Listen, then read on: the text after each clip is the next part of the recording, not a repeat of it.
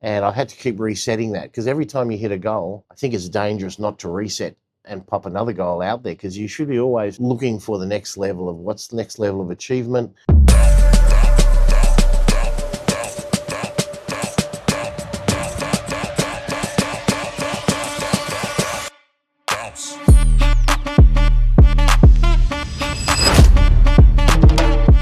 In your experience, how pivotal is self-belief in shaping long-term success, not just in a career, but in life as a whole?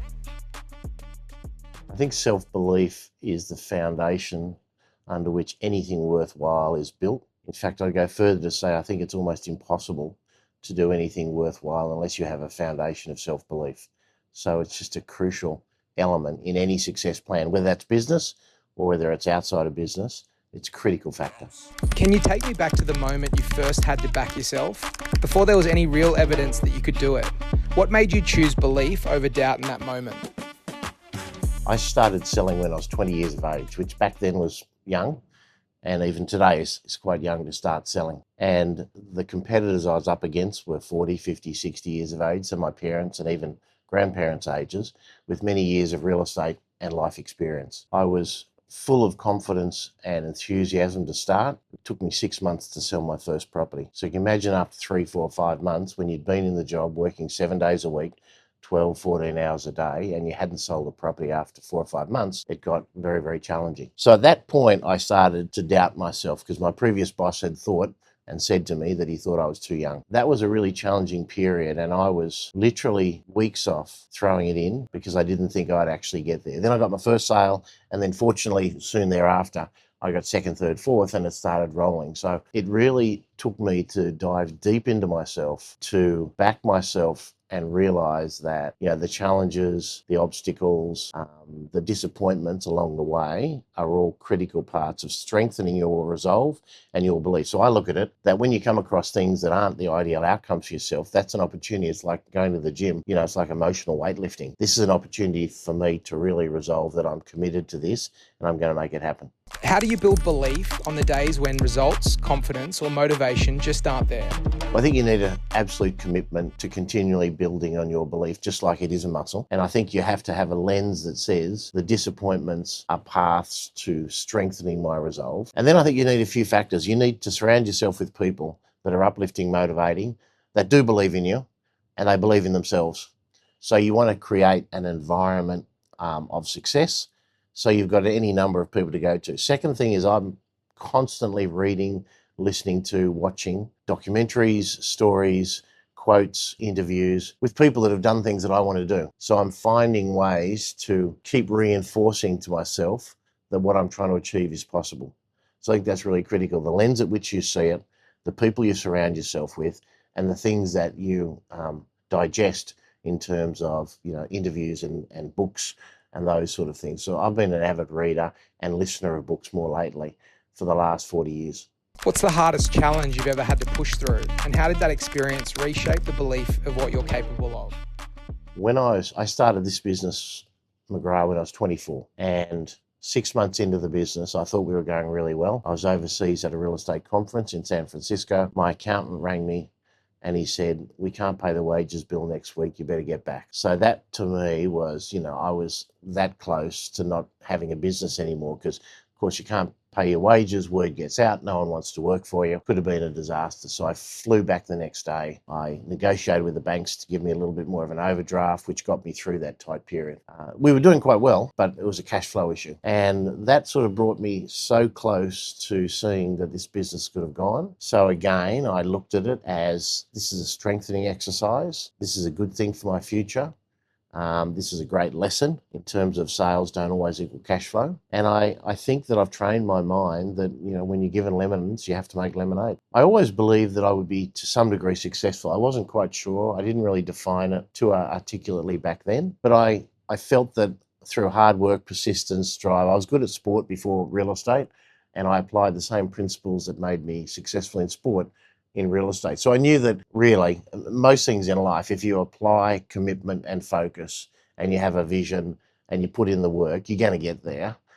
So I figured that I'd get somewhere useful and somewhere worthwhile. But I guess I look at the business today compared to perhaps where my original vision, if you will, of where it might have ended up. And I had to keep resetting that, because every time you hit a goal, I think it's dangerous not to reset and pop another goal out there, because you should be always looking for the next level of what's the next level of achievement.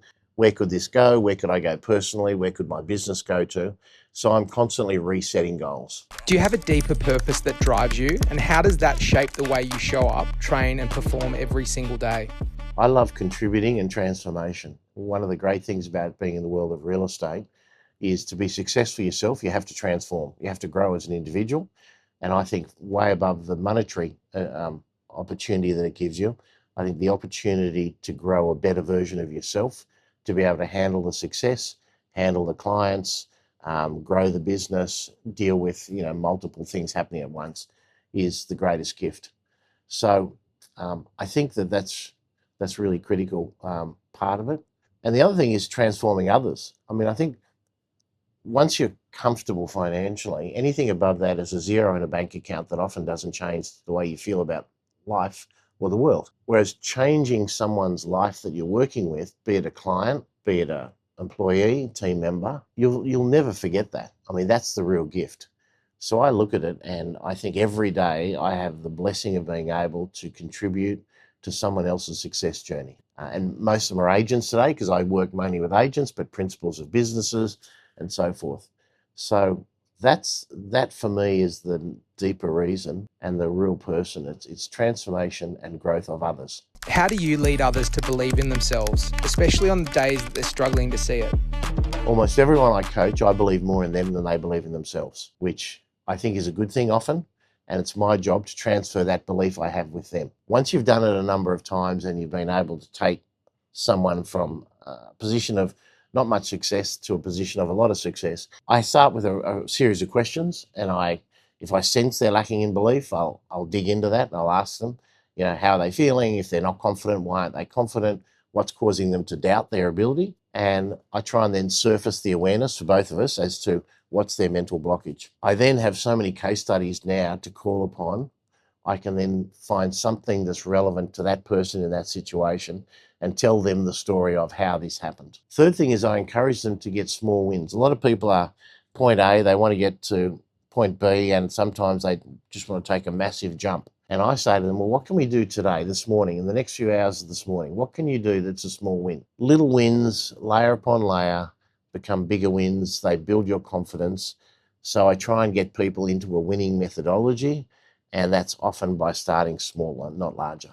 Looking back on your journey, what role has belief played in getting you to where you are today? And what advice would you give to somebody who's still trying to build that belief in themselves? Well, as I said a little bit earlier, I think belief it's the foundation upon everything that I've had and achieved has been built. And it's not something that I think one is born with. I think it's something you work for. I think even people with great confidence and belief have moments of doubt. So I think it's something, a bit like exercise. You got to keep doing it. You don't just do it once. You got to keep doing it. You got to keep growing. You got to keep building that muscle of belief. So I think if you're not in that position, find a mentor, find a coach, go to an event, go to a series of events, listen to YouTube, listen to podcasts, expose yourself to as many highly successful people as you can find. And you'll find if you do that on a daily basis, not once or twice, not for a week, but I've been doing it for 42 years. And I think that's the key. It's just keep showing up, keep building the muscle of belief, keep surrounding yourself with great people, and then just keep building on the wins. And also realize that in amongst the wins, there's going to be disappointments, and they're a part of it as well. And don't allow them to erode your foundation of belief. Just see them as a learning experience, because every successful person that I know and that I've worked with has more failures than successes. But the successes become more self-evident because the failures are just a learning experience along the way.